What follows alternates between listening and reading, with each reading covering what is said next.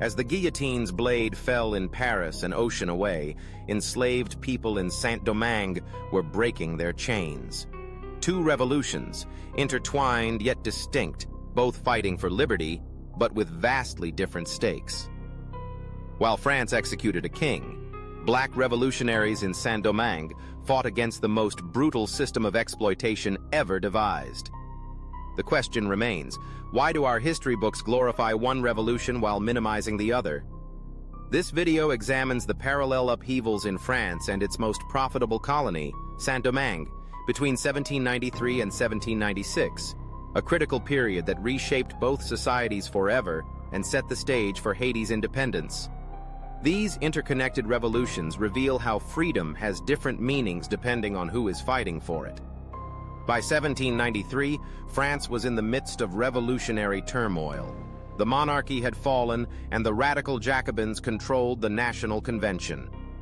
Meanwhile, in Saint-Domingue, the initial 1791 slave uprising led by Boukman Dutty had evolved into a complex three-way struggle between enslaved blacks, free people of color, and white colonists.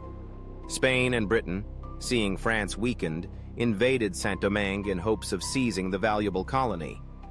The French commissioners, desperate to maintain control, took a radical step. On August 29, 1793, Léger Félicité Sonthonax abolished slavery in the North Province. By February 1794, the National Convention in Paris ratified this decree, abolishing slavery throughout all French territories. The Reign of Terror in France, 1793-1794.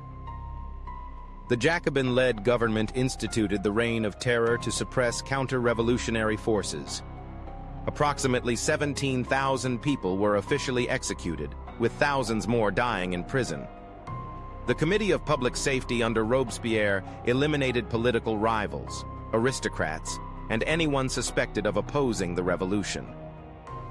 This period witnessed unprecedented political violence in the name of revolutionary ideals. Toussaint Louverture's rise, 1793 to 1794. In Saint-Domingue, Toussaint Louverture emerged as the dominant military and political leader. Initially allied with Spanish forces, Toussaint strategically switched allegiance to the French after they abolished slavery. This brilliant move positioned him as fighting for both black freedom and French revolutionary principles. By 1794, he had become a general in the French Revolutionary Army. The Thermidorian Reaction and Directory, 1794 to 1796. In July 1794, the Thermidorian reaction in France overthrew Robespierre, ending the Reign of Terror. The more conservative Directory government took power, representing the interests of the bourgeoisie. They began reconsidering the radical policies of their predecessors, including abolition in the colonies. Toussaint's consolidation of power, 1795 to 1796. While France's revolution moderated, Toussaint strengthened his position. In 1795, he defeated British forces in several battles. By 1796, he had outmaneuvered his rival Georges Biassou and forced another competitor, Jean-François Papillon, to flee the colony. Toussaint also strategically worked with French Commissioner Laveaux, even rescuing him from a coup attempt, cementing his role as the colony's de facto leader. The Treaty of Basel and its consequences, 1795. The 1795 Treaty of Basel between France and Spain ceded the Spanish portion of Hispaniola to France. This expanded the territory under nominal French control, but in reality, it created opportunities for Toussaint to extend his influence throughout the island of Haiti. Present-day impact. These parallel upheavals reveal a crucial truth.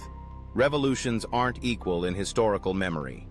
The French Revolution is celebrated in Western education as the birth of modern democracy, while the Haitian Revolution, the only successful slave revolt in history, is minimized or forgotten entirely. The contradictions within the French revolutionary slogan, liberty, equality, fraternity, became evident in how they approached their colonies. Despite abolishing slavery in 1794, Napoleon would later attempt to reinstate it in 1802, showing how even the most progressive European powers viewed black freedom as negotiable. This period demonstrates how the Haitian revolutionaries used the language and principles of the French Revolution while pushing them further than Europeans ever intended. The story of 1793 to 1796 shows us that freedom is never freely given. While the French fought to liberate themselves from the monarchy, black revolutionaries in Saint-Domingue fought not just for political rights but for recognition of their very humanity.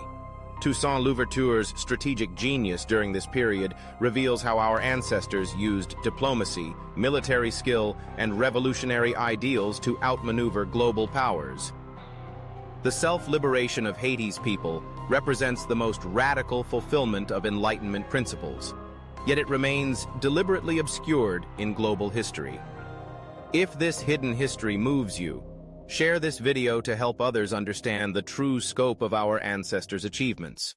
Subscribe to Haiti Diaspora Voice for more untold stories of revolutionary courage. Remember, understanding our past is the first step toward reclaiming our future. Next, Toussaint Louverture in power, 1796-1801.